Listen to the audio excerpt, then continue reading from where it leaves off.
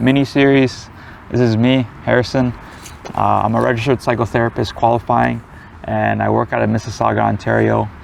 I've been practicing for about 2 years now out of PACE counseling. I'll be working now in sports therapy, looking to improve people's mental health and taking their game to the next level, really getting over those mental barriers that I'll actually talk more about this later. But on the side note, I'll be working at Project Health and Performance and also Revive in Mississauga. So a lot of what I'll be talking about is just starting the conversation of mental health, because someone's got to do it. Someone's got to do it. I'll be that guy. I'll take a million takes on this camera and put it out there. But it'll be important for someone, is the feeling that I have about doing this. Whether it be if someone picks up the phone and says, hey, I want to talk to someone, a therapist, or being like, hey, I really should have had that conversation with my mom or my dad or my best friend or my partner, then making that change or saying that, hey, you've got a choice in what you're doing will be the biggest difference for me and the reason why I'll keep doing this, probably for a long time. What I'll talk about today is about just dealing with difficulties in life. There's so many things that we deal with on a day-to-day basis that it's hard to narrow down what's really bothering us. I'll have a lot of people that walk in and be like, I'm just feeling so down, I don't know what to do. And as we have this conversation, it's hard to pinpoint where on the board that is actually causing the pain. A lot of times with physical pain, you're like, oh, my knee hurts or my ankle hurts, or I fell down and hurt my wrist. And those are very easily kind of identifiable. You know, Rob or all these chiropractic guys at Revive will be like, there's bigger things to talk about. But from a very surface level, you can identify where the pain is on the body. But with the mind, it gets a little bit more trickier because there's a lot of stuff going up in here. There's so many different factors that could be involved. Things that we never thought about before come out and resurface in instances later in life, or things that we've never could have anticipated for happen. And this is a part of where mental health gets really complicated and difficult to have conversations with people in the field when they come with a concern, is that it's hard to tell where the problem is. And until people start having the conversation and building the skills out of the conversation, number one, right, is having the skills to communicate is so crucial. And side story, I was always a very shy kid. I never went up for presentations, never raised my hand up first, always last. And it wasn't until I was in high school and I was like, hey, I need a part-time job because I'm so broke. I'm so broke, I need a little bit of extra change. And the only application that was sent back for like an interview was with a small sales company that worked with a hospital called Sick Kids, and we would do door-to-door sales. And throughout the summer, from talking to nobody, being on my computer screen 12 hours a day plus, I was knocking on doors from the morning till all the way until 6 o'clock at night. And it forced me out of my bubble to learn the skills of how to communicate to people and break out of my initial bubble of what was comfortable. And it wasn't until that happened to me, I didn't know what was a problem, I didn't know what was going on. It was until I learned the skills to communicate that I was able to overcome so many difficulties in my life. So when people come into the office and talk to me, they know how to live through their everyday life and communicate. But when it comes to actually talking about themselves and their problems, that there's a huge barrier that they've probably never had this conversation before. They've probably been in a lot of arguments with their mom, their dad, their partner, their friends, or tried to have these conversations, and it's all been bubbled up inside. And we get so comfortable there.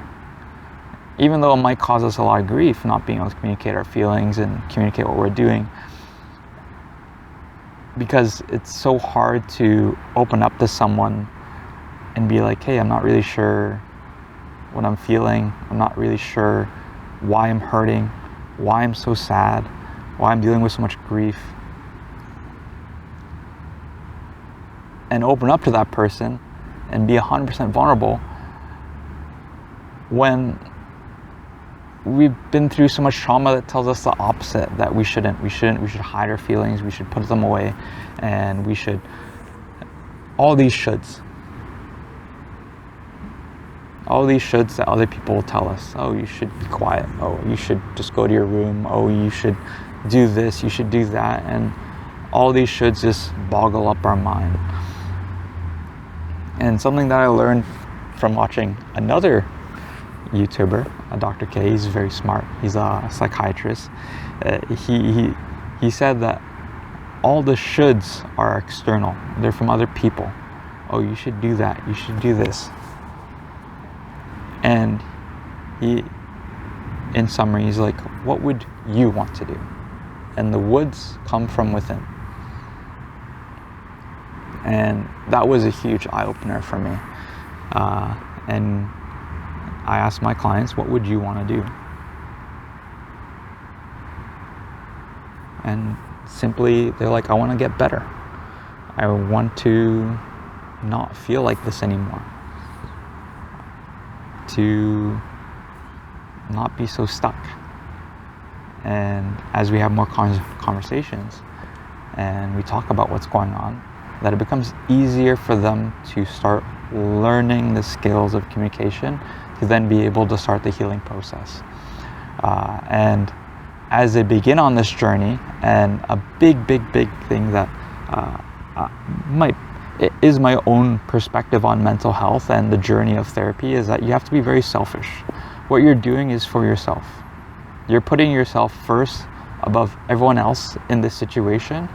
And a lot of the time, people that come in with a lot of mental health concerns are so empathetic to others that, if I put myself first, then I don't care about my kids. I don't care about my partner. Why would I put myself first?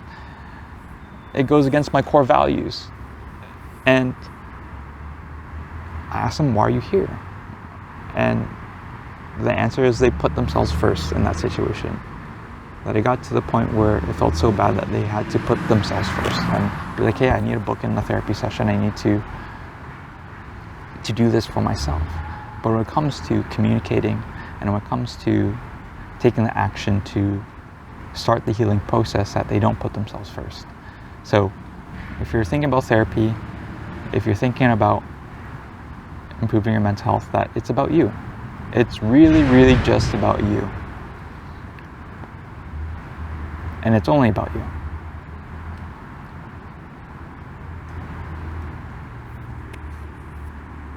And a simple saying that I use is that you can't feel other people's pain and they can't feel yours. As empathetic as you might be to others, that what you're going through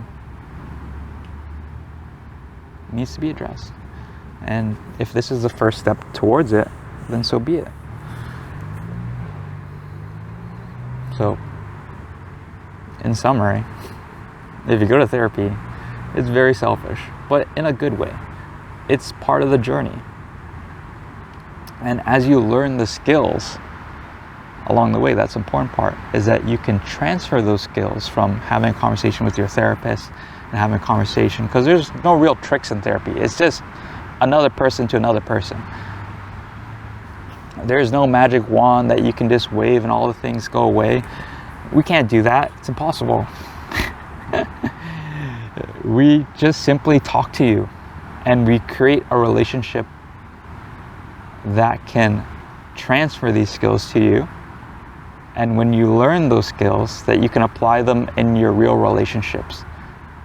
You can apply them to your partner, apply them to your relationship with your parents, your friends, your family, whoever it might be that's important to you. You can now use that empathetic perspective that, hey, I've worked on myself, I've gotten my skills of communication up to this point, I can set my boundaries, and I know how to foster a relationship, then carry the burden. And that's a big step. I think that's when a lot of people leave therapy, is that they know that they're ready, that they can, hey, I can take on the world, I can take on what I'm dealing with, I don't have to carry the burden, I'm fostering my next steps. And that's a big one. It's a big one. I don't know where I'm going this with, but thanks for staying around. That's a wrap.